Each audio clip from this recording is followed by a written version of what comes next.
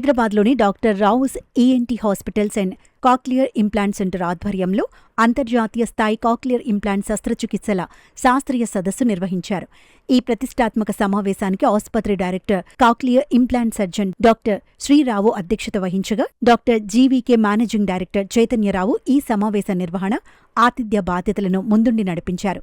Cochlear implantation చేసే సర్జన్లకు మాత్రమే ప్రత్యేకంగా చేసిన ఈ సదస్సులో కొరియా, ఆస్ట్రేలియాతో పాటు భారతదేశానికి చెందిన ప్రముఖ ఈఎన్టీ నిపుణులు, శాస్త్రవేత్తలు పాల్గొని తమ అనుభవాలను, పరిశోధనలను పంచుకున్నారు. మన ఇండియాలో ఎక్కువ మేనరికాలు ఎక్కువ కాబట్టి ఈ డిఫార్మిటీస్ అనేవి ఎక్కువ, అంటే వినికిడి లోపాలు ఇవన్నీ చాలా ఎక్కువ ఉంటాయన్నమాట. దానికోసము కాక్లియర్ ఇంప్లాంట్ అనేది డిజైన్ అయ్యి ఉంది, కానీ అన్నీ స్ట్రైట్ ఫార్వర్డ్గా ఉండవు. కాంప్లెక్స్ కాక్లియర్ ఇంప్లాంట్ సర్జరీస్ అన్ని చోట్ల అవ్వవు, దానికి ఏదేదో రాష్ట్రాలకు వెళ్లాల్సి వస్తుంది. కానీ మన డాక్టర్ రావుస్ ఈఎన్టీలో అటువంటి కాంప్లెక్స్ ఇంప్లాంట్ సర్జరీస్ కూడా అవుతాయి కాబట్టి ఆ ట్రైనింగ్ కోసం వీళ్ళందరూ ఇంత దూరం నుంచి వచ్చున్నారు. రెండవది, మన డాక్టర్ రావుస్ ఈఎన్టీ హాస్పిటల్లో బీప్ స్టడీ అనేది జరుగుతుందన్నమాట. బీప్ స్టడీ అంటే బయోనిక్ ఇయర్ ఎవోక్ పొటెన్షియల్, వేర్ మన చిన్నపిల్లల యొక్క బ్రెయిన్ డెవలప్మెంట్ ఎలా అవుతుంది ఇంప్లాంట్ సర్జరీ తర్వాత అనేది కూడా జరుగుతుందన్నమాట.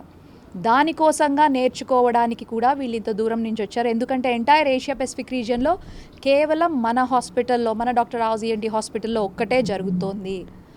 మూడవది, ముఖ్యంగా మనకు పిల్లలు పుట్టేశారు, వీళ్ళందరికీ హియరింగ్ లాస్ ఉంది, కేవలం మనం వినికిడి మెషినే వాడాలి, కాక్లియర్ ఇంప్లాంట్ అనేదే కాకుండా సైన్స్ ఇంకా అడ్వాన్స్ అవుతుంది కాబట్టి జీన్ థెరపీ అనేది వచ్చింది. అందరికీ తెలుసుంటుంది, జీన్ థెరపీ తోటి మనకు ఎటువంటి ఆపరేషన్లు ఏం లేకుండా పిల్లలకి వినికిడి లోపం ఉన్న వాళ్ళందరికీ తిరిగి మనలాగా మాట్లాడే కెపాసిటీ అనేది వస్తుందన్నమాట. దాని యొక్క సీఈఓ, జీన్ థెరపీ కంపెనీ యొక్క సీఈఓ ప్రొఫెసర్ చాయ్ యాంగ్ యూన్ మనకు సౌత్ కొరియా నుంచి వచ్చి ఉన్నారు. వారు మనల్ని ట్రైన్ చేస్తారు. ప్రాబ్లీ మన ఇండియాలో కూడా ఇది అవైలబిలిటీ అయ్యే ఛాన్స్ ఎక్కువగా ఉంది. వస్తే మొదట మన హైదరాబాద్ డాక్టర్ రావుస్ ఈఎన్టీ నుంచే మొదలవుతుంది. ముఖ్యంగా ఈ 3 విషయాల కోసం మనకి ఇప్పుడు ట్రైనింగ్ జరుగుతుంది. కాబట్టి ఎటువంటి ఇష్యూ ఉన్న పిల్లలకి వినికిడి లోపం కనుక ఉన్నట్లు అయితే మన డాక్టర్ రావుస్ ఈఎన్టీ హాస్పిటల్కి కనుక వస్తే వాళ్ళకి అవసరమైతే వినికిడి మిషన్ అంటే హియరింగ్ ఎయిడ్, లేకపోతే కాక్లియర్ ఇంప్లాంట్, లేదా అవసరమైతే జీన్ థెరపీ కూడా అవైలబిలిటీలో ఉంటుంది.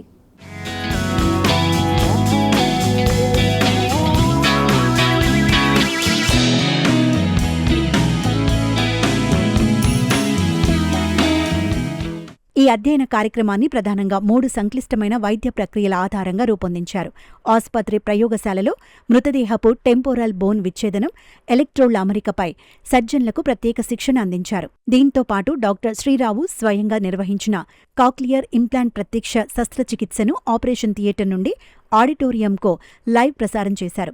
సర్జరీ జరుగుతున్న సమయంలోనే ప్రతినిధులు సందేహాలను అడిగి తెలుసుకునే అవకాశం కల్పించారు. శస్త్రచికిత్స వేళ ఎదురయ్యే ఊహించని సవాళ్లను ముందే ప్రయోగశాలలో సాధన చేయటం వల్ల ఆపరేషన్ థియేటర్లలో సర్జన్లకు సంక్లిష్ట పరిస్థితులు సుపరిచితంగా మారి మెరుగైన వైద్యం అందించవచ్చని డాక్టర్ శ్రీరావు తెలిపారు. I am Dr. Shankar Medikeri from Bangalore. I am also a cochlear implant surgeon for the last 2 decades.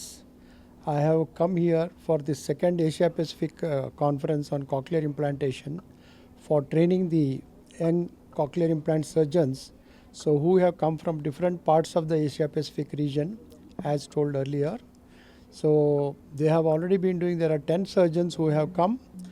We are not only giving the lectures to them, we are also training them on the cadaver temporal bones for dissection. Just now they are doing that.